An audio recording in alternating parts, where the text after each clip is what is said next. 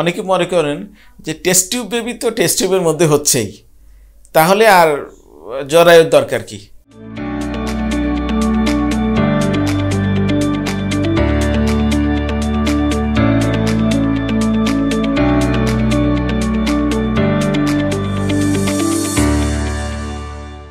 শুক্রাণু দিবে, ডিম্বাণু দিবে। ল্যাবের মধ্যে আমরা ওই টেইলরের মতো যে আমি কাপড় দিলাম, দর্জি জামা কাপড় বানাইয়া 10-15 দিন পর ডেলিভারি দিবে, বাচ্চা নিয়ে বাসায় চলে আসবো, এই কাইন্ড অফ এরকম একটা চিন্তাভাবনা অনেকের আছে যে টেস্ট টিউব বেবি সম্পর্কে। বিষয়টা আসলে তা না। টেস্ট টিউব বেবিটা হলো যে দেখা যাচ্ছে যে কোনো কারণে আপনার বাচ্চা কনসিভ হচ্ছে না, সেটা হতে পারে শুক্রাণু দুর্বলতার জন্য, টিউবের সমস্যার জন্য, ওভারি সমস্যার জন্য।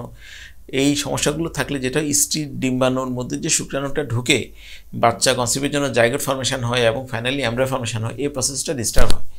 তো এই ডিস্টার্বটা আমরা আইভিএফ বা টেস্ট টিউব প্রক্রিয়ার মাধ্যমে সলভ করে দিচ্ছি, এছাড়া আর কিছু না। কিন্তু এখানে স্বামী শুক্রাণু ব্যবহার করা হবে, স্ত্রীর ডিম্বাণুটি ব্যবহার করা হবে, সেটি আপনার ডিম্বাণুর মধ্যে শুক্রাণুটা ঢুকিয়ে জাইগোট ফর্মেশন করে কয়েকটি সেল তৈরি করা হবে, মানে এটা মরুলা অথবা ব্লাস্টোসিস্ট, এই ভ্রূণটা, সে ভ্রূণটা এরপরে কিন্তু এটা আর ল্যাবরেটরিতে কাজ করা যাবে না। 5 দিনের বেশি এই কালচার, এমব্রায়ো কালচার ল্যাবরেটরিতে করা যায় না। সে ভ্রূণটিকে যখন জরায়ুর মধ্যে প্রতিস্থাপন করা হয়, তখন জরায়ু থেকেই এই পুষ্টি নিয়ে আস্তে আস্তে ভ্রূণটা যদি বড় হয়, তাহলে 2 সপ্তাহ পরে আপনি কনসিভ করেছেন কিনা জানতে পারবেন। সুতরাং কারো যদি মনে হয় যে টেস্ট টিউব চিকিৎসা মানে হলো যে আপনার পুরো জরায়ুর মধ্যে বাইরে বাচ্চা হবে, ব্যাপারটা তা না। কিন্তু এটা জাইগোট প্রসেসটা, অর্থাৎ নিষিক্তকরণ প্রক্রিয়াটা, এটি শুধুমাত্র বাইরে করা হচ্ছে, বাইরে করে এবং স্ত্রী জরায়ুর মধ্যে পরবর্তী চিকিৎসাগুলো কন্টিনিউ করা হয়।